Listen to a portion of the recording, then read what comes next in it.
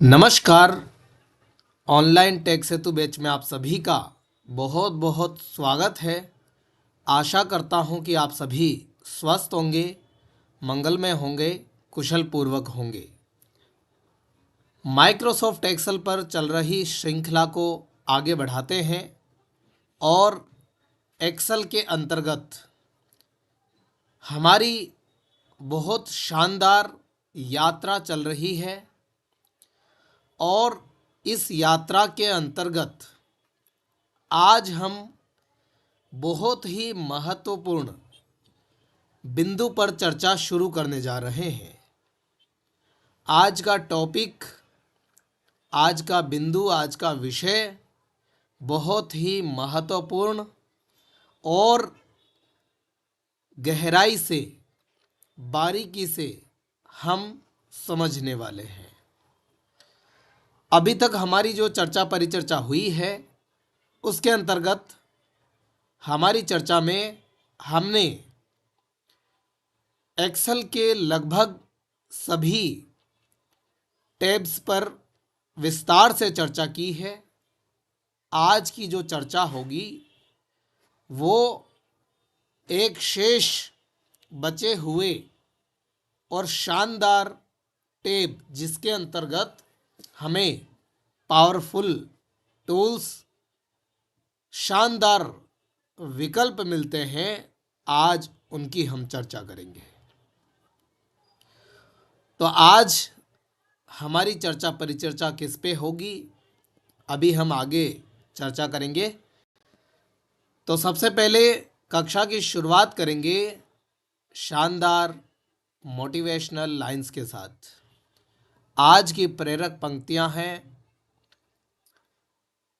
वर्तमान में हम देख रहे हैं कि रियल लाइफ की जगह रील लाइफ ने ले ली है।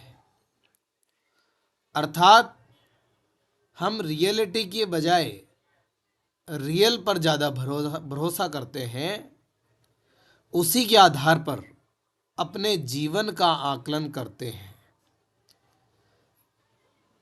हमें सच्चाई, ईमानदारी के रास्ते पर चलना चाहिए। जो कुछ सेकंड, कुछ मिनट की जो रील होती है, उसके आधार पर अपने विशाल जीवन का आकलन नहीं करना चाहिए। कहने का अभिप्राय यह है, हमारे जीवन में हम क्या कर सकते हैं, क्या करना चाहिए, वो कुछ चीज़ों के आधार पर नहीं, आपकी आवश्यकता, आपकी ज़रूरतों और आपकी काबिलियत के आधार पर निर्धारित कीजिए। तो फिलहाल के लिए हम आगे बढ़ते हैं और आगे बढ़ते हुए एक छोटे से सरल प्रश्न के साथ हम चर्चा को आगे बढ़ाते हैं। प्रश्न यह है, हमें बिल्कुल ही सरल प्रश्न है, हमें कोई भी कॉलम इंसर्ट करना हो या फिर रो इंसर्ट करनी हो, तो उसकी शॉर्ट कमांड क्या है? तो इस प्रश्न का उत्तर है कंट्रोल शिफ्ट इक्वल। आप इसके माध्यम से रोज, कॉलम्स, सेल्स इंसर्ट कर सकते हैं। और डिलीट से भी आप भली भांति परिचित हैं, बिल्कुल सरल कमांड है ये। एक्सेल के अंतर्गत दैनिक जीवन में इसका उपयोग किया जाता है। और डिलीट करने के लिए कंट्रोल प्लस डैश का उपयोग किया जाता है। तो फिलहाल के लिए मैं एक सामान्य डेटा शीट खोल लेते हैं। New sale data 25 of New sale data accept. चलिए, तो अब हम आज के टॉपिक पर आते हैं और आज की कक्षा के अंतर्गत बहुत कुछ खास और विशेष होने वाला है। आज से हम एक्सेल के अंतर्गत मौजूद इंसर्ट टैब की चर्चा करेंगे और इंसर्ट टैब के भीतर जो सबसे पहला ग्रुप हमें मिलता है वो कौन सा है, आपको उससे हम परिचय करवा देते हैं। ऑल्ट दबाइए। Ribbon tabs tab control expanded. Home tabs. Insert tab selected alt. अगला ही टैब इंसर्ट टैब है, डाउन एरो करते हैं। Insert grouping tables grouping 1 of 9. Pivot table split button collapsed alt n v1 of 3. 1 of 3। तो पहला group है table grouping, आप इसको कह सकते List हैं। tables grouping 1 of ठीक है, टेबल ग्रुपिंग। इसके अंतर्गत हमें 3 महत्वपूर्ण विकल्प मिलते हैं। pivot table split button collapsed alt. पहला विकल्प पिविट टेबल, जो कि अपने आप में बहुत पावरफुल शक्तिशाली विकल्प है। आगे बढ़िए। Recommended pivot table. Recommended pivot table, इसमें एक्सेल के द्वारा सुझाए गए कुछ पिविट टेबल के मॉडल, खैर विस्तार से आगे चर्चा करेंगे हम बाद में। Table button alt n और tct. अगला है टेबल। ये सामान्य टेबल है लेकिन एक्सेल के अंतर्गत इसका भी बहुत महत्वपूर्ण स्थान है, बहुत लाभ है इसका। तो हम आज से Sheet 1 table. जो चर्चा शुरू करने जा रहे हैं वो इंसर्ट टैब के अंतर्गत टेबल्स ग्रुपिंग की बात करने जा रहे हैं। हमारी चर्चा परिचर्चा को हम क्रमशः सभी जो आपने 3 विकल्प देखे हैं उनमें सबसे पहला विकल्प मिलता है पिविट टेबल। हम अपनी चर्चा को यहीं से प्रारंभ करेंगे। इंसर्ट टैब हमारे लिए बहुत महत्वपूर्ण है।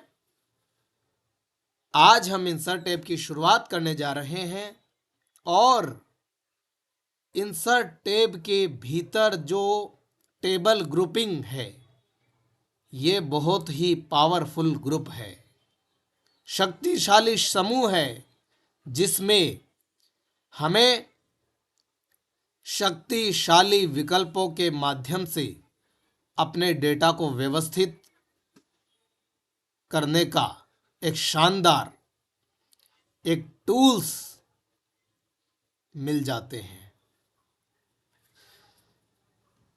तो चलिए, आज की जो चर्चा परिचर्चा होगी इंसर्ट टैब के अंतर्गत टेबल्स ग्रुपिंग के पहले विकल्प पिविट टेबल, हम पिविट टेबल की बात करेंगे। पिविट टेबल अभी तक आप लोगों ने बहुत सुना हो भी होगा, हो सकता है बहुत सारे मित्रों ने नहीं भी सुना हो। चिंता करने की कोई ज़रूरत नहीं है। पिविट टेबल को आप कठिन मान के न चलें।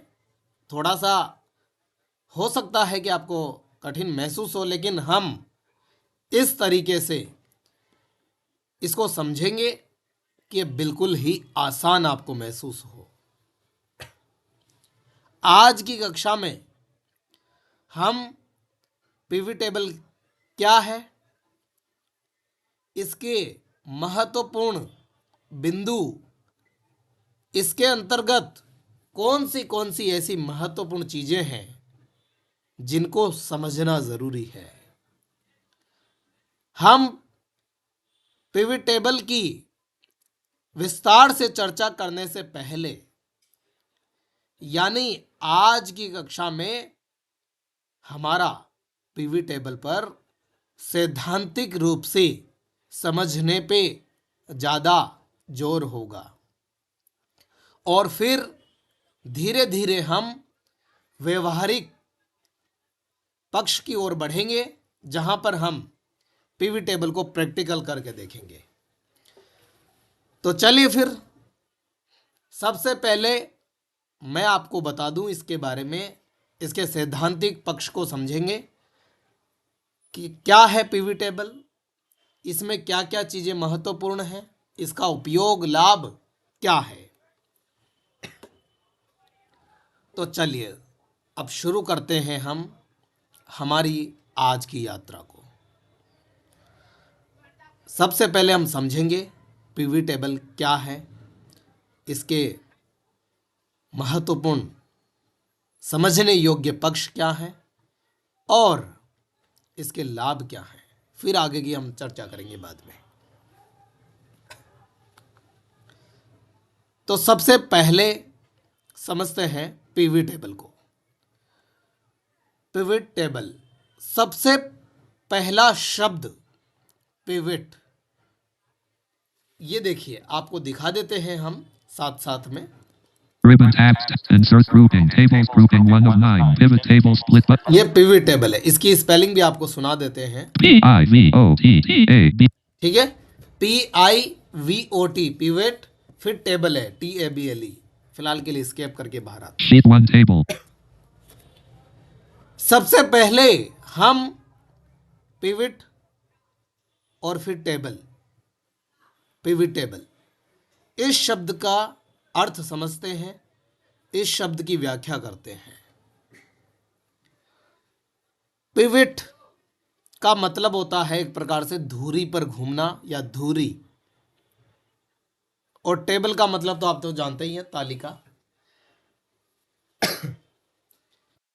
ऐसी तालिका जिसमें धुरी पर घूमा जा सके। चिंता ना करें, हम धीरे धीरे सरलता की तरफ बढ़ते रहेंगे। आपने देखा होगा पहिया जो होता है वो एक बीच में जो रोड या जो भी उसमें एक लगा हुआ होता है उस पर वो घूमता है, एक प्रकार से वो धुरी पर घूम रहा है ना। उसी प्रकार पिवट, पिवट शब्द का मतलब है धुरी पर घूमना। अब ये धीरे धीरे आपको जैसे हम व्याख्या करते चलेंगे, समझते चलेंगे, सारे शब्दों का अर्थ आपको समझ में आएगा। अभी आप इतना मान के चलिए, पिवट का मतलब है धुरी पर घूमना। तो ये पूरा पिवट टेबल है, ये शब्द है। अब ये आपको हम परिभाषा में समझाते हैं। परिभाषा में कैसे? पिवट टेबल एक्सेल का एक शानदार ऐसा टूल है, एक ऐसा शक्तिशाली ताकतवर टूल है जिसके अंतर्गत, जिसके माध्यम से डेटा को सुव्यवस्थित क्रम में प्रस्तुत करके उसको सारांशित करना, उसको छांटना और उसका आकलन करना, जांच करना, विश्लेषण करना, यह है पिवट टेबल का कार्य। मुख्य रूप से आप 3 शब्द को पकड़ लीजिए। समरी, समराइज करना, यानी सारांश प्रस्तुत करना। सारांश का मतलब क्या होता है? जब बड़ी बड़ी रिपोर्ट होती है उसको 1-2 पेज में आप समझ लेते हैं, मुख्य रूप से 1 पेज में। दूसरा एनालिसिस, विश्लेषण कहें या फिर जांचना, आकलन करना अपने हिसाब से। तीसरा फिल्टर यानी छांटना। आप अपनी सुविधा के अनुसार डेटा को छांट सकते हैं।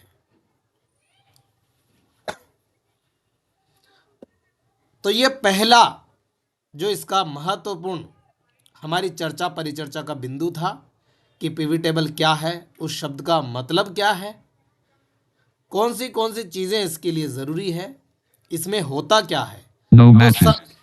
इसका आप समरी आप निकाल सकते हैं। इसके माध्यम से आपका कितना भी बड़ा डेटा हो, जैसे मान लीजिए आपके डेटा में 1000 2000 कितनी भी रोज है, उसको आप नई शीट पर एक शानदार सुव्यवस्थित क्रम में डेटा को प्रस्तुत करके उसका निचोड़ देख सकते हैं, उसकी जांच कर सकते हैं, उसको फिल्टर, उसको छलनी लगा करके छांट सकते हैं। यह है पीवी टेबल और ये बिल्कुल ही सरल है। जहां सरलता नहीं होगी उसे हम सरलतम तरीके से प्रस्तुत करेंगे ताकि आपके लिए खिलौने की तरह हो जाए। अब पीवी टेबल जिस प्रकार हमने अभी जो चर्चा परिचर्चा की, अब उसके लिए क्या महत्वपूर्ण आधार है और किन बिंदुओं, किन चीज़ों को समझना जरूरी है। अब दूसरे भाग में हम समझते हैं पीवी टेबल में। पहला भाग हमने समझा पीवी टेबल शब्द का अर्थ क्या है, क्या महत्वपूर्ण चीज़ें हैं, वो हमने देखा। दूसरा भाग है पीवी टेबल के प्रमुख 4 स्तंभ, 4 पिलर्स, जिन पर पीवी टेबल कार्य करती है, जिन पर अभी तक जो चर्चा परिचर्चा अभी तक हुई वो चर्चा परिचर्चा आधारित है। तो पीवी टेबल के लिए दूसरे भाग में हम समझते हैं 4 पिलर्स। सबसे पहला स्तंभ वो है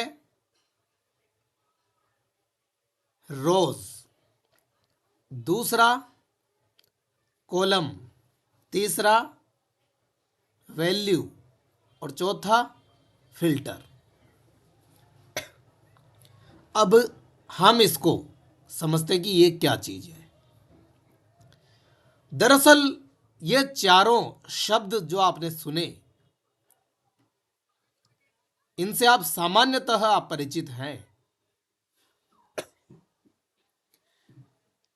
लेकिन हम पीवी टेबल के आधार स्तंभों के रूप में इनको समझना चाह रहे हैं, जो कि जरूरी है। पीवी टेबल में वास्तव में डेटा किस प्रकार प्रस्तुत किया जाए, फिल किया जाए, सम्मिलित किया जाए, कहां पर, क्यों, कैसे किया जाए, ये चारों पिलर उसके लिए जरूरी है। सबसे पहला पिलर रोज यानी रो, पंक्तियों में डेटा को व्यवस्थित करना।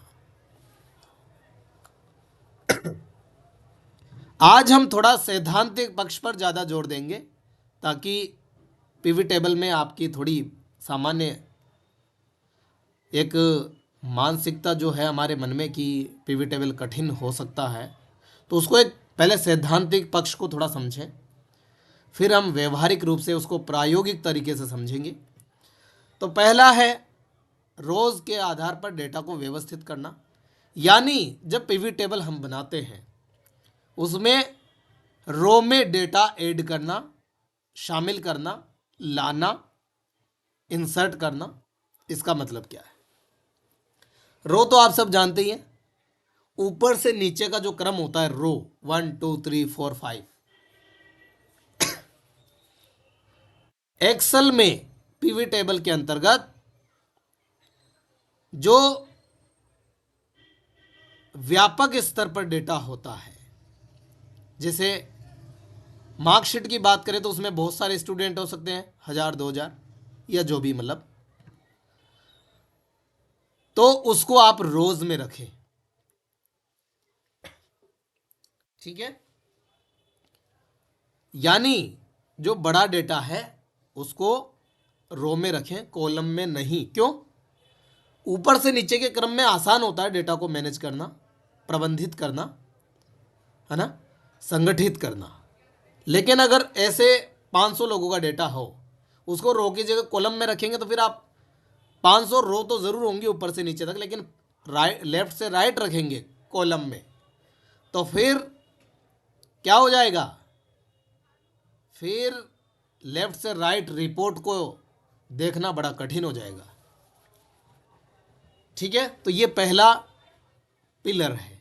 दूसरा, कॉलम में डेटा को प्रबंधित करना, व्यवस्थित करना, इंसर्ट करना, लाना। तो दूसरे पिलर में हम डेटा को कॉलम में लाते हैं, व्यवस्थित करते हैं। अब ये क्यों करते हैं? पिवट टेबल का नियम ये कहता है, जो कि मैंने अभी रो के संदर्भ में बताया, कॉलम में आप जो कम फील्ड्स है, बेसिकली जैसे आपकी हेडिंग्स है, वो आप कहाँ रख सकते हैं? कॉलम में। अब हेडिंग का मतलब क्या है यहाँ पर? अगर आप तुलना कर रहे हैं, कैसे?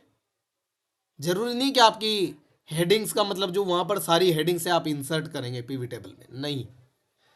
हेडिंग का मतलब है कॉलम में उस चीज को रखा जाता है जिसकी तुलनात्मक दृष्टि से आप डेटा को जांचना चाहते हैं। जैसे 100 छात्रों का डेटा है, छात्रों के नाम को हमने रो में ले लिया। हम ये देखना चाहते हैं कि फेल और पास कौन से स्टूडेंट कैसे, जो भी है वो हम देखना चाहते हैं, फेल पास का डेटा। तो फेल पास दोनों को आप कॉलम में ले लो, ताकि उसकी तुलना करना आसान हो जाएगा। अच्छा, ये फेल है, ये पास है, ये फेल है, ये पास है। ऐसे उन छात्रों के सामने प्रॉपरली एक रिपोर्ट एक कॉलम में व्यवस्थित हो जाएगी। विषयों की तुलना करनी है या परसेंटेज की करनी है, तो आप परसेंटेज को भी, या 2-3 चीज़ों को आप रख सकते हैं। जैसे विषय मान लो, विषय आपके 5, उदाहरण के लिए मान लीजिए हिंदी, अंग्रेजी, गणित, विज्ञान और सामाजिक विज्ञान, इस तरह से आप कुछ मान लीजिए। वही 100 विद्यार्थी हैं और 5 लगभग विषय हैं, तो 5 विषयों को आप कॉलम में रखें ताकि वो अगल बगल एक दूसरे के आ जाएंगे। छात्र ऊपर से नीचे के क्रम में आ जाएंगे और कॉलम में अगल बगल में विषय आ जाएंगे। तो ये तुलना करना, कौन से छात्र के अंग्रेजी में कितने हैं, हिंदी में कम है या अंग्रेजी में ज़्यादा है, गणित में कितने हैं, ये सारी तुलना आप तुरंत एक बार में देख पाएंगे और व्यवस्थित क्रम में देख पाएंगे। अब ये तो मैंने अभी तक उदाहरण से समझाया। अभी तक हम सैद्धांतिक पक्ष को समझ रहे हैं। जब व्यवहारिक पक्ष को समझेंगे, जब प्रायोगिक दृष्टिकोण से हम सारी चीज़ों को समझेंगे, तो निश्चिंत रहे, आपके सारे शंकाओं का निवारण, जो भी आपके जिज्ञासाएं होंगी, जो भी आशंकाएं होंगी, सबका समाधान आपको मिलेगा। अब तीसरा पिलर है वैल्यू। हमेशा जो गणितीय, अंकीय डेटा है, जैसे परसेंटेज या फिर रुपयों में कोई बात की गई हो, जैसे 10,000, 50,000, मार्क्स हो, ये सारे गणितीय अंकीय डेटा है। तो इसको हमेशा हमेशा तीसरे पिलर में रखना है। किस में? वैल्यू में। अब ये आप सोच रहे होंगे कब, कैसे, कहाँ। जब हम व्यवहारिक बात करेंगे, प्रैक्टिकल चर्चा करेंगे, तब आपको अपने आप समझ में आ जाएगा, सब अपने आप रिलेट होना शुरू कर जाएगा। अच्छा, हमने इस बात को वहां देखा था। तो तीसरा जो पिलर है वो बहुत इंपॉर्टेंट है। अंकीय जो डेटा है उसको आप वैल्यू में रखेंगे, मान में रखेंगे। चौथा पिलर है फिल्टर, यानी आप ऊपर फिल्टर अप्लाई कर सकते हैं और फिल्टर के आधार पर किसी भी एम्प्लॉय या स्टूडेंट्स या जिस भी प्रकार का आपका डेटा है, किसी का भी नाम से आप डेटा देख सकते हैं। अगर आपने राज का डेटा ढूंढा तो बाकी डेटा हाइड हो जाएगा और सिर्फ राज का डेटा, तो उसका आकलन कर सकते हैं आप कि अच्छा क्या, कौन से विषय में कम आया, इसमें क्या है। ठीक है, ये सारी चीजें। तो दूसरे भाग में हमने चर्चा करी 4 पिलर्स, जो कि आप जब हम व्यवहारिक रूप से चर्चा करेंगे तब आप और व्यापक दृष्टिकोण से इनको समझ पाएंगे। तीसरा जो इसका महत्वपूर्ण भाग है, तीसरे भाग में पिवट टेबल में, अब जो मैंने धुरी वाली बात कही थी वो वैसे तो हर जगह ही लागू हो रही है, लेकिन मैं आपको पूरी, जब व्यवहारिक रूप से हम बात करेंगे तब आपको बता के बताऊंगा कि इसे धुरी से कैसे काम करेंगे आप। अभी चर्चा करेंगे हम। तो तीसरा जो भाग है वो है पिवट टेबल में आप जो भी रिपोर्ट तैयार करेंगे, जो भी सारांश तैयार करेंगे अपने डेटा का, उसमें आप चाहे आपको टोटल करना हो, चाहे आपको एवरेज करना हो, परसेंटेज के आधार पर आकलन करना हो, महीनों के आधार पर यानी डेट का आकलन करना हो, और टाइम स्लाइसर भी होता है इसमें, उसका आकलन करना हो, यानी आप जब दूसरी शीट पर जब आप डेटा लेकर के चले जाते हैं तो वहां पर बिना ज़्यादा मेहनत किए कुछ क्लिक से डेटा पे चाहे आप एवरेज अप्लाई करें, यानी एक शानदार सुव्यवस्थित संरचित आपकी रिपोर्ट तैयार हो जाएगी। अभी आपके लिए सिर्फ ये बिंदु बस आप समझ लीजिए, बस सुन लीजिए, बाकी समझ में आता है या नहीं आता वो आप मुझ पे छोड़ दीजिए। उसकी गारंटी मेरी है कि आपको समझ में आएगा ही आएगा। समझाना कैसे है, जहां समझ में नहीं आएगा उसको भी हम विभिन्न तरीकों से उसको हम समझने का प्रयास करेंगे। चलिए, तो तीसरे भाग के अंतर्गत हमने समझ लिया कि आप किसी भी प्रकार के फॉर्मूलों के आधार पर डेटा को, रिपोर्ट को प्रबंधित कर सकते हैं। जिस भी प्रकार का आपको टोटल देखना है, आपको एवरेज देखना है डेटा का, तो आप देख सकते हैं और तुरंत क्लिक करते पूरे डेटा पे अप्लाई काम करेगा सारा सब कुछ। तीसरे पक्ष के बाद हम चौथे पक्ष की चौथे भाग की बात करते हैं। चौथा भाग है वो क्या है? वो है वास्तव में पीवी टेबल हमारे लिए क्यों जरूरी है, इसका लाभ क्या है, इसका उद्देश्य क्या है। अब थोड़ा इसकी बात कर लेते हैं। पीवी टेबल आपका कितना भी बड़ा डेटा हो, बस एक डेटा व्यवस्थित क्रम में होना चाहिए, व्यवस्थित हेडिंग्स होनी चाहिए, फील्ड्स होनी चाहिए। आपके बड़े डेटा को एक संरचित, संक्षिप्त, सारांशित रिपोर्ट में परिवर्तित करने का कार्य पीवी टेबल कर देता है तुरंत। फिर आपको जितनी भी बातें बताई गई है, अलग अलग दृष्टिकोण से आपको तुलना करनी हो, डेटा का आकलन करना हो, डेटा की जांच करनी हो, तो आप कर सकते हैं। इसको पीवी टेबल कहने का मतलब ही यही है। पीवी टेबल यानी धुरी पर घूमना। किसमें?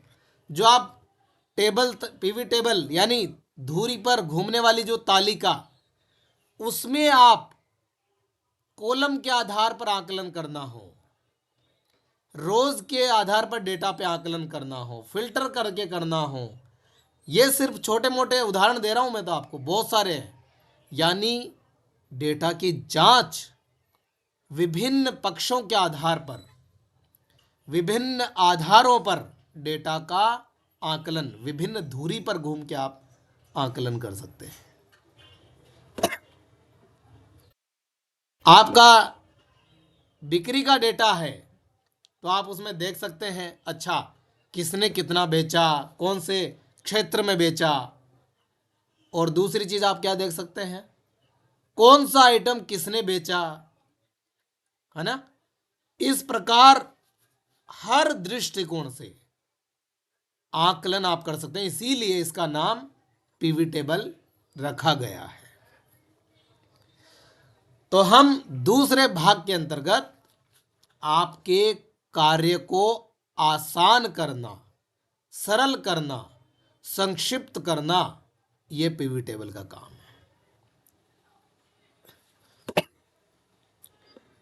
दूसरा, इसके अंतर्गत जो कि मैंने अभी बताया तीसरे भाग में, आप किसी भी प्रकार के फॉर्मूलों के आधार पर, जो कि क्लिक करते ही बस सारे एक बार में काम करेंगे, वो आप परिवर्तन कर सकते हैं तुरंत। आपको कोई नया फॉर्मूला नहीं लगाना है। तीसरा, इसके अंतर्गत स्वचालित रूप से जिस पे भी आप क्लिक करेंगे, जो परिवर्तन होगा वो ऑटोमेटिक पीवी टेबल में टूल में होगा, और वो स्वचालित रूप से होगा। आपको खुद से परिवर्तन करने की जरूरत नहीं पड़ेगी, जो कि यह सबसे जरूरी चीज है। क्यों? जब खुद से कई बार हम करते हैं तो गलतियों की संभावनाएं बढ़ जाती हैं, लेकिन इसमें गलतियों की संभावनाएं ना के बराबर रहती है, बल्कि अगर डेटा आपका व्यवस्थित था तो 99.99% गलतियां नहीं होती हैं। खैर, थोड़ी बहुत गुंजाइश रखनी चाहिए। वो इसलिए, अगर आपने डेटा ही सुव्यवस्थित नहीं तैयार किया है तो संभावना है। और दूसरी, टेबल बनाने में या कुछ विकल्पों का उपयोग आपने पीवी टेबल के नियमों के मुताबिक थोड़ा एक सुव्यवस्थित क्रम में नहीं किया है, तो आपको डेटा समझने में मुश्किल हो सकती है। तो सरल तरीके से हम क्या कह सकते हैं, सरल शब्दों में हम क्या समझ सकते हैं, पीवी टेबल एक ऐसा एक्सेल का टूल है सांख्यिकी गणनाएं करने के लिए, जिसमें आप विशाल डेटा को एक सारांश के रूप में, एक छोटी सी रिपोर्ट के रूप में, एक त्वरित रूप से आप देख सकते हैं। जिसको कहते हैं एक नज़र मार के देख लेना, आप तुरंत समझ जाएंगे इस डेटा में क्या है। जैसे मैंने आपको बिक्री का उदाहरण दिया, कौन से क्षेत्र में किसने कितनी बिक्री की और उसने कितने रुपयों की टोटल बिक्री की, कितने आइटम्स की बिक्री करी और टोटल रेवेन्यू अंत में आपका ग्रांड टोटल कितना हो रहा है, ये सब कुछ ऑटोमेटिकली वो आपको प्रस्तुत कर देता है एक शानदार संक्षिप्त सारांशित रिपोर्ट में। यही एक शानदार टूल है जो आपको आपके कार्यों को आसान करता है। इसके अंतर्गत हम बहुत सारी चर्चा करेंगे। जिन बिंदुओं को मैंने आपको समझाया है, बताया है, हो सकता है कि आपको अभी समझ में ना आया हो, लेकिन ये निश्चित मान के चलिए जब हम प्रायोगिक दृष्टिकोण से प्रैक्टिकल जब पीवी टेबल को करेंगे तब आपके दिमाग में सारे बातें, सारे बिंदु तैरते हुए, जैसे एक सीन दर सीन, एक दृश्य दर दृश्य चलता रहता दिमाग में, वैसे आपके दिमाग में ऑटोमेटिक क्लिक होते रहेंगे कि अच्छा हाँ ये चर्चा हुई थी और उसका मीनिंग ये है। चलिए अंत में जाते जाते एक छोटा सा हम डेमो देख लेते हैं, थोड़ा समझ लेते हैं। हालांकि हम उसको भी जब अगली कक्षा हम करेंगे, क्योंकि हमारा उद्देश्य है पीवी टेबल को बिल्कुल सरलतम तरीके से सीखें ताकि कभी भूल ना सके, और भूल भी गए तो एक बार वापस तुरंत थोड़ा सा देखा तो सब कुछ माइंड में क्लिक हो जाए। तो कुछ सरल चरण में अभी ज़्यादा चर्चा नहीं करूंगा, एक सरल थोड़ा सा एक संक्षिप्त कुछ चंद मिनटों की बात कर लेते हैं। तो सबसे पहली ज़रूरी चीज़ है, अब उस पर ध्यान देंगे आप कि पीवी टेबल के लिए क्या क्या ज़रूरी चीज़ें हैं। हालांकि मैंने पूरी चर्चा में बताया है, लेकिन अब बनाने जा रहे हैं तो थोड़ा सा उस परिप्रेक्ष्य में बात कर लेते हैं। तो सबसे पहले आपका डेटा पीवी टेबल के अनुसार होना चाहिए। जैसे बिक्री का डेटा हो सकता है, मार्कशीट का डेटा हो सकता है, और भी, मतलब ऐसा नहीं है कि आप किसी भी प्रकार के डेटा को आप देख सकते हैं, लेकिन डेटा सुव्यवस्थित क्रम में होना चाहिए, तब आपके लिए टेबल की सार्थकता है। ठीक है, तो हमने क्या किया है, employee ID, Name B1. Name, column दिखा रहा हूं, हेडिंग्स, Region C1. रीजन बिक्री का डेटा है, Product D1. Product, Quantity E1. Quantity, Price per unit F1. Price per unit, Total sale G1. Total, Target month H1. Target month. ठीक है, Employee ID A1. अब ये जितना भी हमारा डेटा है इसको हम करेंगे सेलेक्ट। ठीक है, अब इसको हम सेलेक्ट करेंगे। इस डेटा रेंज में रहते हुए आप कंट्रोल ए से सेलेक्ट कर लीजिए। A1 employee ID through H12 November. तो A1 से लेकर के H12 तक पूरा डेटा सेलेक्ट हमने कर लिया है। अब ऑल्ट दबाएंगे, Ribbon tab control expanded. Insert tab selected Alt N. हमारा कर्सर इंसर्ट टैब पर है। सामान्यतः आपको होम टैब पे मिलता है, तो आपको राइट एरो की सहायता से इंसर्ट टैब पर आना है। फिर इंसर्ट टैब को आप जिस तरीके से भी खोलते हैं उस तरीके से खोलना है। डाउन एरो, एंटर, स्पेस, जो भी तरीके हैं आपके में काम करते हैं उनसे आपको खोल लेना है। Insert grouping. Tables grouping 1 of 9. Pivot table split button collapsed all 10. V1 of 3. Insert के अंतर्गत ग्रुप की बहुत सारी बातें करेंगे हम बाद में, लेकिन फिलहाल पहले ग्रुप पे हमारी चर्चा को केंद्रित रखेंगे। तो हमने जो पहला विकल्प देखा है Pivot table split button collapsed. PV table, इसको हम स्प्लिट बटन है तो हम इसको ऑल्ट प्लस डाउन एरो से खोल के आपको दिखा सकते हैं। एंटर करेंगे तो सीधा वो पीवी टेबल का ऑप्शन खुल जाएगा, जो कि मैं अभी पहले आपको ऑल्ट प्लस डाउन एरो से इस स्प्लिट बटन को दिखा दे। देखिए सुनिए, Pivot table split button collapsed all. Split button, split button का मतलब है इसमें और भी विकल्प है। तो ऑल्ट प्लस डाउन एरो करेंगे Expand from table slash range all 10. V. T1 of 3. तो 3 विकल्प आपको मिल रहे हैं। पहला विकल्प क्या है? From table slash range all 10. V. T1 of from 3. Table slash range, table तालिका या एक रेंज जो है, जो आपने चयनित किया है डेटा को, पूरा रेंज सेलेक्ट की है, चुनी है, या आप डालेंगे वहां पर, दोनों किसी भी तरह से मान लीजिए। फिर डाउन एरो कीजिए। From external data source all 10. From external data sources, यानी बाह्य सोर्सेज से आप डेटा लेकर के पीवी टेबल बनाना चाहते हैं। आगे बढ़िए, down arrow. From data model unavailable all 10. V. D3 of 3. From data model, ये भी एक विकल्प है, इसके बारे में भी हम विस्तार से चर्चा करेंगे, सभी विकल्पों के बारे में समझेंगे।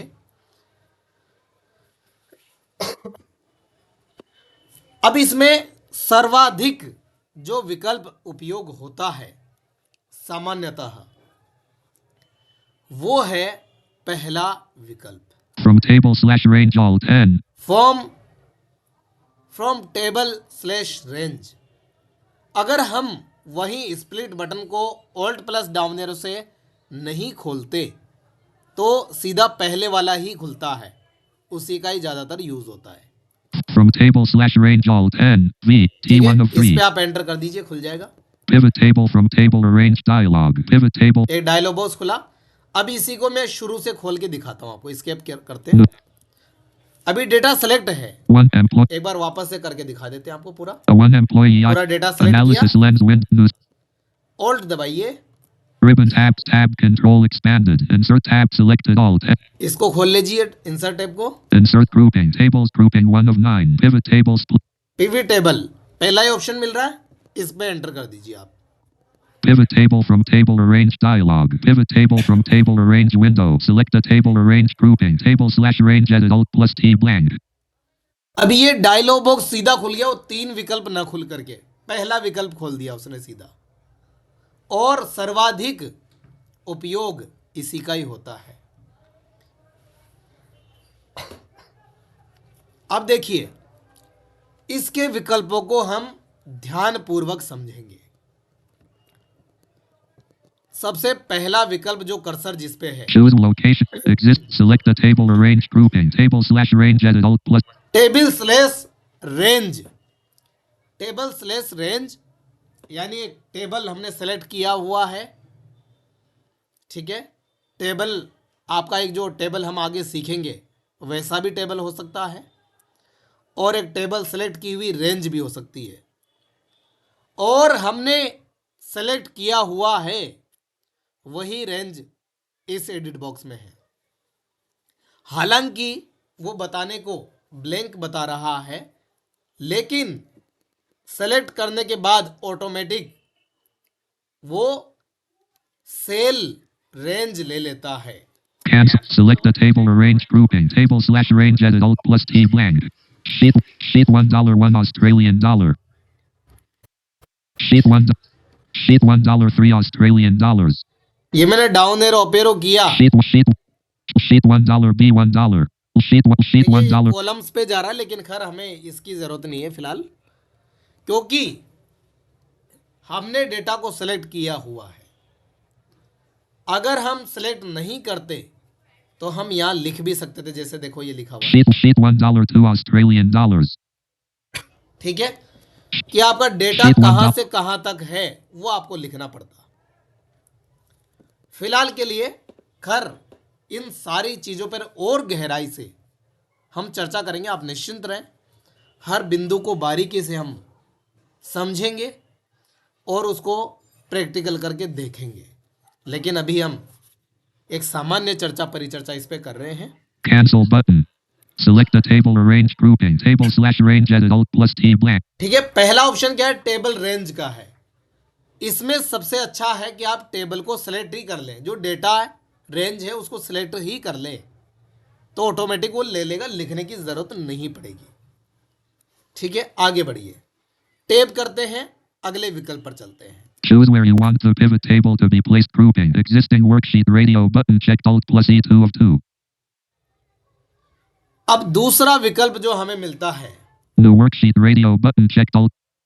दूसरा विकल्प जो मिलता है कि पीवी टेबल आपकी कौन सी जगह पर बनेगी या बनना चाहिए, वो विकल्प आपको दो विकल्प इसके अंतर्गत मिलते हैं। इस विकल्प में Choose where you want the pivot table to be placed. Choose where you, Select choose where you want the pivot table to be placed. ठीक है। Grouping. New worksheet radio Want to button pivot checked table. Alt+N1 of 2. Choose where you want to PV table,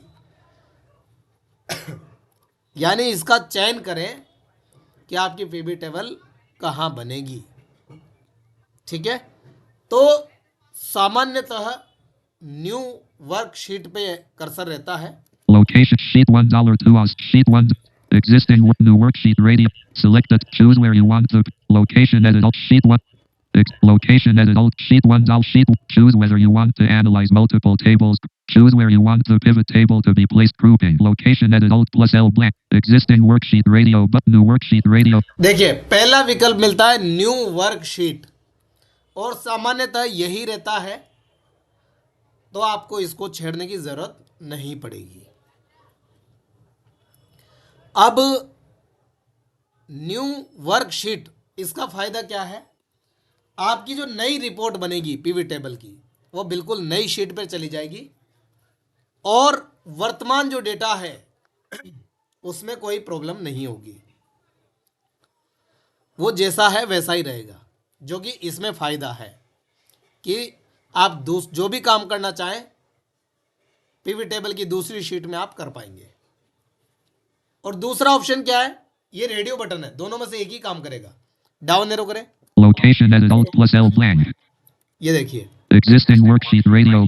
existing worksheet, यानी मौजूदा जो कार्यपत्रक है आपका, यानी worksheet है, उसमें ही क्या होगा, आपकी पीवी टेबल बनेगी। लेकिन अगर आपका इस पे कर्सर रहेगा तो फिर आपको स्थान भी उसको बताना पड़ेगा कि इस टेबल में कहाँ बनानी है।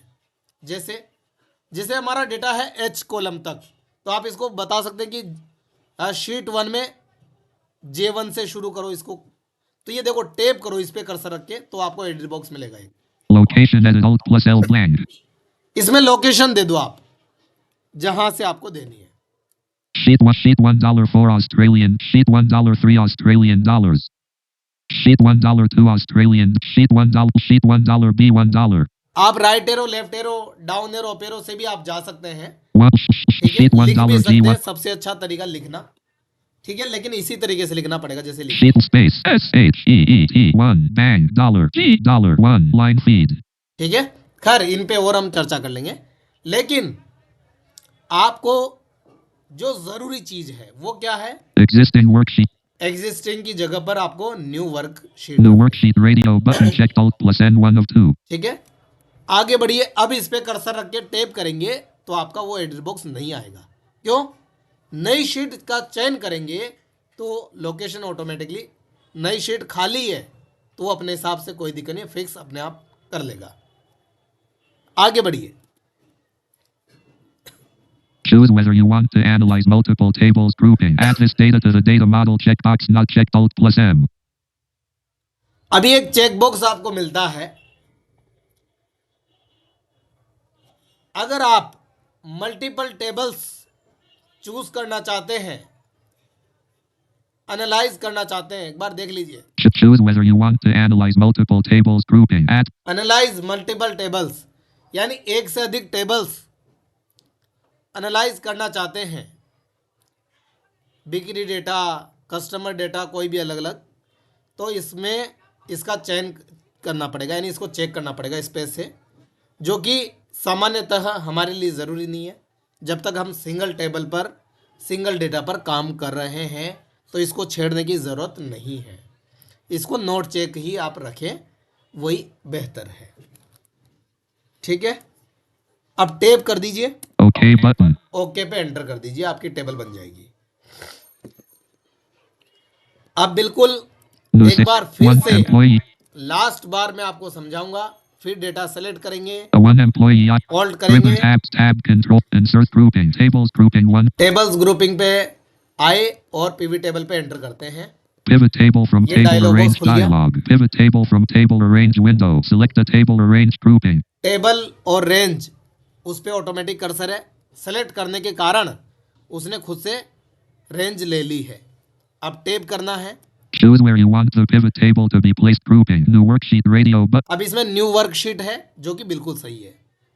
दूसरा विकल्प भी ऐसा ही रखिए, टेप कीजिए। choose whether you want to analyze multiple tables grouping add this data to the data model checkbox not checked ये नोट चेक है मल्टीपल टेबल्स का, तो इसको नोट चेक रखिए। OK button अब सामान्यतः कहूं तो आपको सेलेक्ट करके पीवी टेबल पे एंटर करने के बाद ओके ही करने की ज़रूरत है, बाकी कुछ ज़्यादा करने की ज़रूरत नहीं है। बस फिर भी हमने विकल्पों को समझ लिया है। अब करते हैं एंटर। अब ध्यान से सुनेंगे आप क्या बोलता है ये। new sale data Excel sheet 4 table A3 इसने बोला सीट 4 टेबल, और एक बात और बोली। क्या बोली? blank क्या बोला इसने? cell A3 शीट 4 और सेल का भी बताया इसने A3 A3 A3। अब ये प्रश्न उठना चाहिए कि A3 क्यों, A1 क्यों नहीं? सामान्यतः जब नई शीट पे जाते तो A1 से कर्सर आता है, लेकिन पीवी टेबल बनाते टाइम A3 से क्यों? अगर हम A1 पे चले जाएंगे तो क्या हो जाएगा? A3 पे रहना क्यों जरूरी है? ये बुनियादी और जरूरी बातें भी समझना जरूरी है। अब इसका कारण यह है, ध्यान से सुनेंगे आप।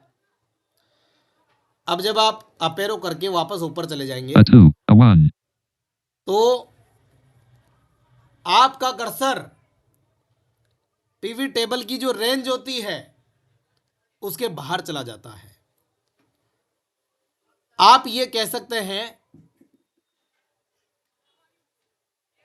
रो नंबर 1 और रो नंबर 2 दोनों अतिरिक्त कार्यों के लिए रिक्त छोड़ी गई है। अब वो कहां कैसे होगा खैर वो बाद में और चर्चा कर लेंगे। लेकिन ये ध्यान रखना है, आपको ये शिकायत हो सकती है बाद में, कभी ये प्रॉब्लम हो सकती है कि हमारा तो कर्सर, हमारा तो पीवी टेबल के टूल ही नहीं आ रहे। अब देखिए A1 अभी A1 पे कर्सर है मेरा, अब ऑल्ट दबाते हैं, ribbon tab control expanded home tab selected alt H2 of 10 2 of 10 यानी 10 टेब आपके एक्सेल में हैं। हालांकि कम या ज़्यादा आपके संस्करण के आधार पर हो सकते हैं, घबराने की कोई ज़रूरत नहीं है। लेकिन आप सामान्यतः आप देख सकते हैं कि आपके पास कितने टैब हैं, 7, 8, 9, 10 जितने भी हैं। ये माइक्रोसॉफ्ट एक्सेल का 2021 का संस्करण है, तो उसमें ये आपको 10 टैब आपको मिल जाते हैं। आपको दिखा देते हैं लास्ट तक। insert draw tab page formulas data tab review view tab selected alt W9 of 10 अब 9 पे कौन सा व्यू टैब है, राइट एरो करते हैं, फिर help tab selected alt Y10 of 10 10 of 10 10वें नंबर पे ये है। Comments toggle button not pressed. Alt फिर Z. अतिरिक्त विकल्प जो एक्स्ट्रा जो इसके हैं डिफॉल्ट वो आ गए हैं, फिलहाल के लिए हम स्केप करते हैं। Sheet 1. इसका मतलब अभी कुछ प्रॉब्लम है। क्यों? जो डिफॉल्ट रूप से कर्सर ये A3 पे लेके गया था, अब वहां लेके चलते हैं। A 2. A2 पे भी नहीं, A3 पे आइए। A 3. A3 पे आ गए हैं। हमें पता कुछ नहीं चल रहा है कि हम पिवट टेबल की रेंज में है भी या नहीं। अब फिर से ऑल्ट प्रेस कीजिए। Ribbon tabs tab control expanded. Help tab selected Alt Y 10 of 12. अब खैर पिछली बार कर्सर हमने हेल्प टैब पे छोड़ दिया था, तो कर्सर वही है, लेकिन एक नई चीज इसने बोली। क्या नई चीज बोली? Insert tab home tab selected Alt. आप फिर से जाइए, ऑल्ट दबाइए। Ribbon tabs tab control expanded. Home tab selected Alt H2 of 12. Tab की जहां संख्या पहले 10 थी, अब यहां पर 12 हो चुकी है। मात्र कर्सर की पोजीशन बदलने से A1 के स्थान पर A3 पर जाने से 12 टैब हो चुके हैं, यानी 2 टैब एक्स्ट्रा हो चुके हैं। वो कौन से हैं देख लेते हैं जाके। Review tab help tab pivot table tools grouping pivot table analyze tab selected Alt J. Pivot table analyse tab. अगला क्या है? Design tab selected Alt JY12. Design tab, यानी पिवट टेबल के और पिवट टेबल टूल्स करके ये नए tabs add हो चुके हैं। क्यों? क्योंकि हमारा कर्सर पिवट टेबल के रेंज में है, इसलिए। और एक्सेल के पुराने संस्करण में हो सकता है कि आपको ये दूसरे नाम से मिले, ऑप्शंस या कुछ भी जो भी है, लेकिन आपको घबराने की कोई ज़रूरत नहीं है। विकल्प आपको Sheet पुराने संस्करण में भी कुछ कुछ ऐसे ही मिलेंगे। A 3. तो A3 पे इसलिए ऑटोमेटिकली कर्सर, जैसे आप ओके पे एंटर करते हैं पिवट टेबल में, A3 में कर्सर आता है हमेशा, क्योंकि इसकी रेंज ही वहीं शुरू होगी। अब आप कहेंगे हमें थोड़ा पिवट टेबल दिखाओ। A 4. A 5. डाउन एरो करते A हैं, 23. है ही नहीं कुछ। A 20. और मैं A20 के बाहर गया तो पिवट टेबल फिर गायब हो गई। A 21. गायब ही हो गई, है ही नहीं, मतलब पिवट टेबल की रेंज में ही नहीं है, मतलब मेरा cursor. A 2. A 1. A 2. A 3. यानी A3 से लेकर के आगे मेरा अभी फिलहाल के लिए, अब राइट में जाता हूं मैं। D3. C3. D3. अब D3 पे भी आ गए तो भी वो पिवट टेबल की रेंज में नहीं है। C3. ठीक है, डेटा लाने के बाद की बात अलग है, लेकिन अभी जब पिवट टेबल खाली है तब की बात कर रहा हूं मैं। ठीक है, B A 3. अब हमने अभी तक इस बातचीत से क्या समझा? पिवट टेबल जैसे आप बनाने के लिए जाएंगे, ओके करेंगे, नई शीट आ जाएगी और कर्सर A3 पे आ जाएगा जहां पर पिवट टेबल की रेंज शुरू हो रही है, और स्क्रीन रीडर के अनुसार, और देखने में तो इसकी रेंज दिखाई देती है, लेकिन हमें कुछ पता चलता नहीं है। बस आप उसी से अंदाज़ा लगा लेंगे कि नए टैब्स बन गए तो मतलब पिवट टेबल बन ही गया है। ओके करते ही वैसे भी बन गया वो।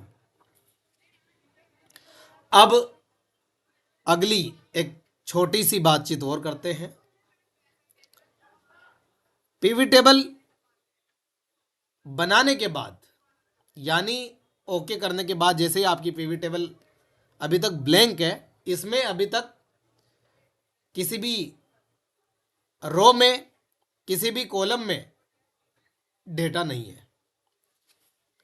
डेटा आपको लाना पड़ेगा।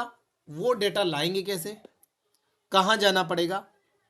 तरीके बहुत सारे हैं, लेकिन एक सरल तरीका है जो कि एक राइट में आपको एक पेन टूल खुला हुआ है। जब आपका कर्सर इस पे रहता है वो खुला हुआ है, हालांकि उसको बंद भी आप कर सकते हैं। मैं आपको तरीके बहुत सारे सिखाने वाला हूं,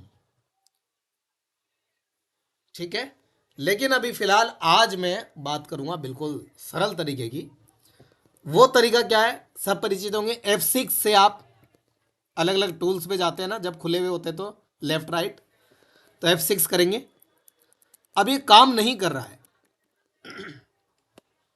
मुझे पता है कि मेरे में काम नहीं करेगा, लेकिन फिर भी मैंने दबाया, क्योंकि हो सकता है कि कई मित्रों के ये निश्चित रूप से काम करेगा।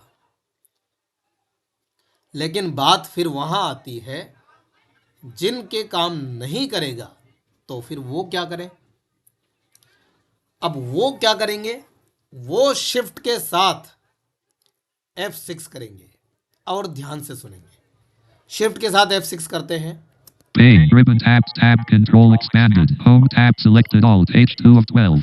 अभी तक होम टैब पे आया, पेन बोला, फिर से शिफ्ट F6 करो। Pane, status bar, cell mode ready 1 of 8. अब स्टेटस बार पे आया, स्टेटस बार आप जानते ही हैं कहाँ है क्या है। फिर से शिफ्ट प्लस F6 करो। Toolbar, pane, type field name to search for edit E blank. ये टूल बार, पेन, और आपका कर्सर आ गया Piv type field name to search. Type field name. अब ये फील्ड क्या है, कौन सी फील्ड आपको टाइप करनी है, टाइप करने की जरूरत पड़ सकती है। और ये फील्ड किसको बोल रहा है, फील्ड का मतलब है यहां पर आपकी पहले वाली शीट में जितनी भी कॉलम्स की हेडिंग है वो सारी फील्ड्स है। तो हम फील्ड पे जाएंगे कैसे, Name, check employee. Type field, मैंने डाउन एरो किया तो एडिट बॉक्स से निकल करके वो सीधा फील्ड पे आ गया। employee ID, checkbox unchecked grouping. Employee ID, checkbox unchecked. Employee ID checkbox uncheck यानी चेक नहीं है, इसका मतलब पीवी टेबल में ऐड नहीं है। Down arrow, Name, checkbox unchecked grouping. Name, checkbox unchecked. Name भी नहीं है, Region, checkbox unchecked grouping. Region, checkbox region भी नहीं unchecked. है। आगे चलिए, Product, checkbox unchecked grouping. Product कोई Product, भी नहीं है, ये checkbox लेकिन unchecked. सारे कॉलम की हेडिंग दिखा रहा है। Quantity, checkbox unchecked grouping. Quantity, checkbox unchecked. Price per unit, checkbox unchecked grouping. Price per unit, checkbox unchecked. ठीक है, सारी हेडिंग देखिए, डाउन एरो कर रहे हैं हम। Total sale, checkbox unchecked grouping. Target month, checkbox unchecked grouping. More tables, button. मोर tables, ये last में आपको ऑप्शन मिल गया जहां पर सारी फील्ड्स आपकी खत्म हो गई है। फिर आगे इसका कर्सर नहीं जाएगा। फिर हम अप एरो करके ऊपर पे आते हैं। अब ऊपर भी कर्सर नहीं जाएगा, Name, employee, एम्प्लॉय आईडी के आगे ऊपर कर्सर नहीं जाएगा। भले ही हम डाउन एरो से एडिट बॉक्स को छोड़ते हुए जो फील्ड्स की लिस्ट थी उस पे आ गए थे। पीछे जाने के लिए आप टैब करेंगे, यानी सॉरी शिफ्ट प्लस टैब को आपको करना होगा, type field name to search for edit E blank. और फील्ड लिस्ट पे जाने के लिए आप टैब का भी यूज कर सकते हैं। Employee ID, checkbox unchecked grouping. Employee ID, checkbox unchecked. ठीक है, कई बार हो सकता है कि किसी मित्र के डाउन एरो से सीधा जंप ना करे फील्ड लिस्ट पे, तो आप टैब का यूज करेंगे आप वहां पर, और पीछे आने के लिए शिफ्ट टैब का यूज करेंगे। Type field name to pivot table field list layout tools collapsed. PV table field list layout, ये एक बटन है, इसके अंतर्गत बहुत सारे विकल्प हमें मिलते हैं, उनकी चर्चा करेंगे हम बाद में, क्योंकि आज हमारा जोर सैद्धांतिक पक्ष पे ज़्यादा था। व्यवहारिक में हम कुछ प्रैक्टिकल में कुछ चीज़ें हम समझ रहे हैं बेसिक। फिलहाल के लिए आगे Type बढ़िए, field name, बस इतना समझिए। इस टूल बार में, टूल बार पेन बॉक्स में यहाँ पर क्या क्या आ रहा है, राइट में जो एक खिड़की की तरह खुला हुआ है बिल्कुल आपके दाएं हाथ पर, ऊपर से नीचे के क्रम में सारी चीज़ें व्यवस्थित हैं। अब आ जाइए, अब हम दो चीजें ले लेते हैं एक बार। Employee ID name, check region, check product, checkbox unchecked, grouping, product, checkbox unchecked. अब मैं देखना क्या चाहता हूं, यानी आपको यह डिसाइड करना होगा कि आप देखना क्या चाहते हैं। जैसे मुझे product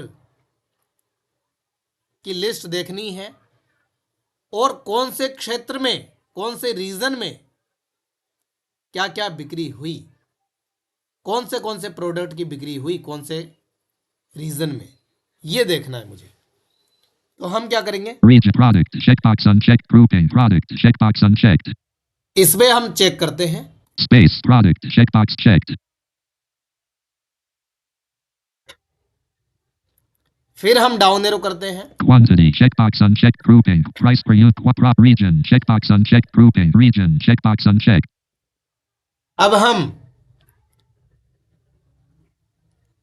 Product, region, checkbox unchecked, grouping, region, checkbox unchecked. Region को भी हम लेके आएंगे। हमने एक चर्चा परिचर्चा की थी, अब यहीं से आपके दिमाग में वो सारी चीजें तैरना शुरू करेंगे। कॉलम्स में कौन सी चीज को रखना है, कैसे करेंगे, उन सारे प्रश्नों के जवाब मिलेंगे आपको, निश्चिंत रहें। Region, checkbox unchecked, अभी फिलहाल grouping. के लिए मैं रीजन को भी चेक करूंगा। Space, region, checkbox checked. Name, check, region, product, check, space, product, region, check, space, region, product, check, space, product. तो मैंने प्रोडक्ट को और रीजन को दोनों को चेक कर लिया। अब आगे आ जाइए। Quantity, checkbox, price per unit, check, total sale, checkbox unchecked, grouping, total sale. Total sale, ठीक है, हम ये वाला कॉलम ले लेते हैं, इस पे हम स्पेस कर देते हैं। Space, total sale, checkbox checked. अब जहां पर A3 वो सारे डेटा, सारे सेल्स डेटा रहित थे, डेटा नहीं था, अब हम क्या करेंगे, तीनों को चेक किया है, अब चेक करते हैं क्या वहां पर कुछ आया है क्या। कैसे जाएंगे, आप शिफ्ट टैप करके भी जा सकते हैं, एस्केप कर सकते हैं, सबसे अच्छा तरीका एस्केप कर देते हैं, कर्सर यहाँ से हट करके टेबल पे आ जाएगा, यानी एक्सेल की शीट में आ जाएगा। Sheet 4 table, row labels A3. अब ध्यान से सुनेंगे, A2. बहुत सारी तकनीकी रूप से बहुत सारी बातें हैं जो कि हम आगे की कक्षा में शुरू करेंगे। आज हम एक सामान्य चर्चा परिचर्चा प्रारंभ कर रहे हैं, बाकी तकनीकी पहलुओं को गहराई से बारीकी से हम आगे समझेंगे। Row labels A3. यह है रो लेबल्स, जो मैंने पहला पिलर बात किया था आपसे, रो लेबल। तो इसमें रो में क्या है सारा देख लेते हैं। East A4. East, Mouse A5. अब ईस्ट में क्या बिका उसके नीचे है, East A4. A4 में east, Mouse A5. A5 mouse, Printer A6. Printer. North A7. अब नॉर्थ आ गया, इसका मतलब दो ही आइटम है जो ईस्ट के नीचे आए हैं। इसका मतलब यह हुआ कि ईस्ट यानी पूर्वी क्षेत्र में दो ही चीजें बेची गई हैं। अब नॉर्थ में क्या क्या, डाउन एरो चलिए, ये ऊपर से नीचे रोज में है, रो लेबल है। Keyboard A8. नॉर्थ में कीबोर्ड, Scanner A9. इसके अंदर भी बेचा है। South A10. अब साउथ में यहाँ भी दो ही चीजें थी, Printer A11. प्रिंटर साउथ में भी बेचा है, Scanner A12. स्कैनर भी बेचा है। West A13. वेस्ट में देख लेते हैं, Keyboard A14. वेस्ट में कीबोर्ड भी आया है, Mouse A15. माउस भी आया है। Blank A16. अब आगे खाली है। Blank A17. अब ऊपर चलेंगे वापस से, ये हमने ए वाला कॉलम कह सकते हैं, ऊपर से नीचे के क्रम में। Blank A1, A2, row labels A3. A3 में आपकी हेडिंग आई है रो लेबल। अब आगे राइट एरो करते हैं। Sum of total sale B3.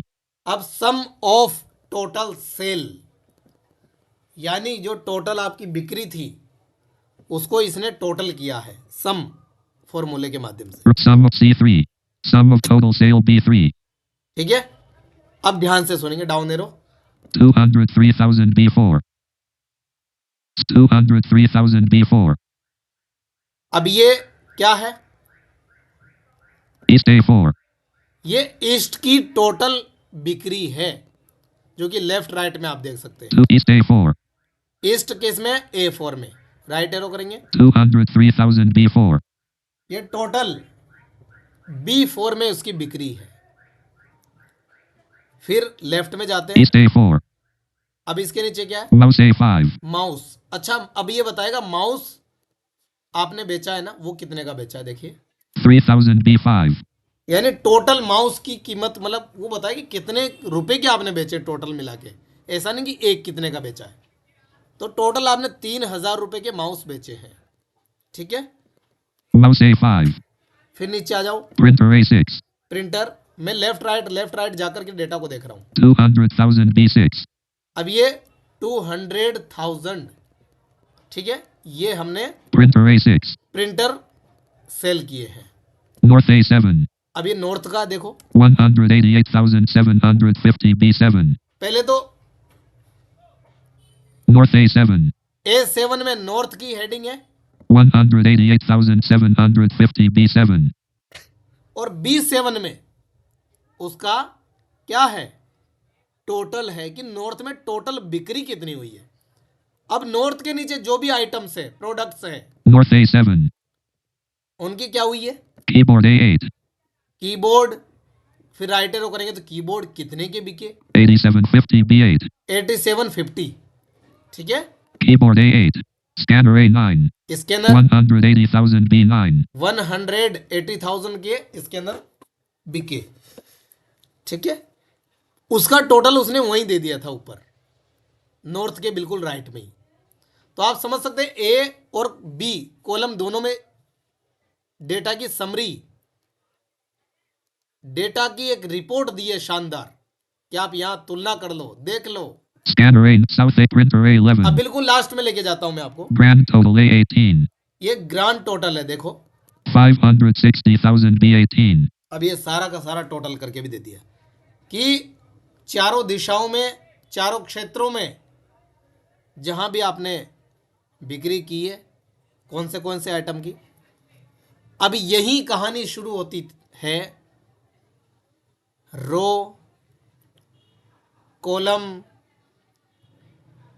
Value, filter, बहुत सारी बातें हैं। कौन सी चीज़ को फिल्टर कहाँ लेना चाहिए, कैसे लेते हैं, वो सारी चर्चा हम आने वाली कक्षाओं में, चिंता न करें, अभी हो सकता है आपको थोड़ा कठिनाई महसूस हुई हो, लेकिन इसको इतना सरल बना देंगे। जैसे आप बेसिक डेटा एंट्री सीखते हैं ना एक्सेल में, शुरुआती कक्षाओं में सीखा था आपने कि बेसिक डेटा एंट्री कैसे करते हैं, उतना ही आसान तरीके से आपको हम पीवी टेबल सिखा देंगे। आप हर चीज व्यवस्थित क्रम में आप देखेंगे और प्रोफेशनल लाइफ में आप पीवी टेबल का उपयोग कर सकते हैं। बहुत सारी चीजें हैं, सबके जवाब आज की कक्षा में संभव नहीं है, लेकिन एक सामान्य डेमो लास्ट में मैंने आपको दिया है, जो कि कुछ व्यवस्थित और कुछ अव्यवस्थित दोनों तरीके से था। लेकिन आने वाली कक्षाओं में Microsoft पूरा संरचित तरीके से Desk. हम सारी चर्चा करने वाले हैं। तो आज की जो हमारी चर्चा परिचर्चा हुई, उसमें हमने समझा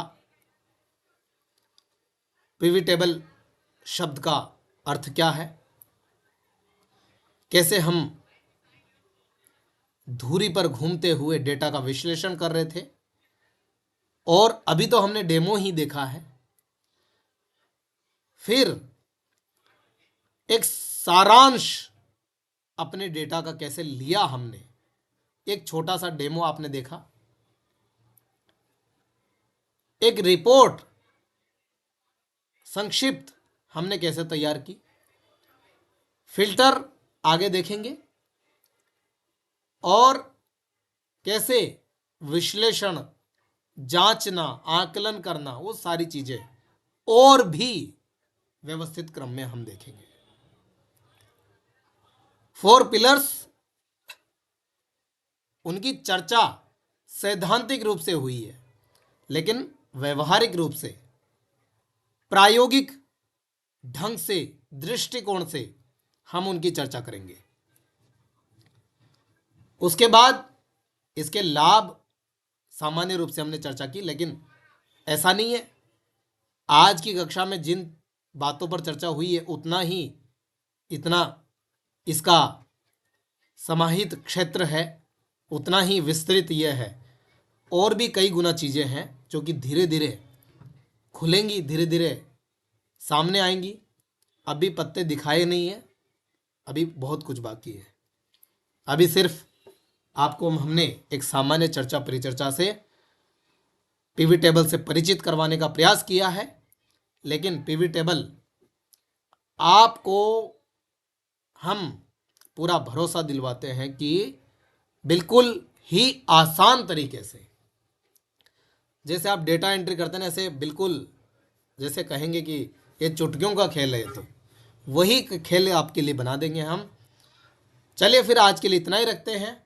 आज हमने अंत में डेमो भी देख लिया है, लेकिन डेमो से हम कैसे पेशेवर तरीके की तरफ आगे बढ़ेंगे वो आगे वाली कक्षाएं निर्धारित करेंगी। तो चलिए फिर अभ्यास हमेशा करते रहिएगा। जैसा कि मैं हमेशा कहता हूं, जानकारी अभी तक आपने ली है, जानकारी लेना एक अलग बात है, लेकिन जानकारी का उपयोग करके उसे ज्ञान में परिवर्तित करना दूसरी बात है। तो जब आप जानकारी ले चुके हैं तो आप अभ्यास कीजिए, थोड़ा प्रैक्टिकल करने का प्रयास करें और समझें विस्तृत रूप से, तो वो इंफॉर्मेशन नॉलेज में कन्वर्ट हो जाएगा। आज के लिए इतना ही रखेंगे। बहुत बहुत धन्यवाद।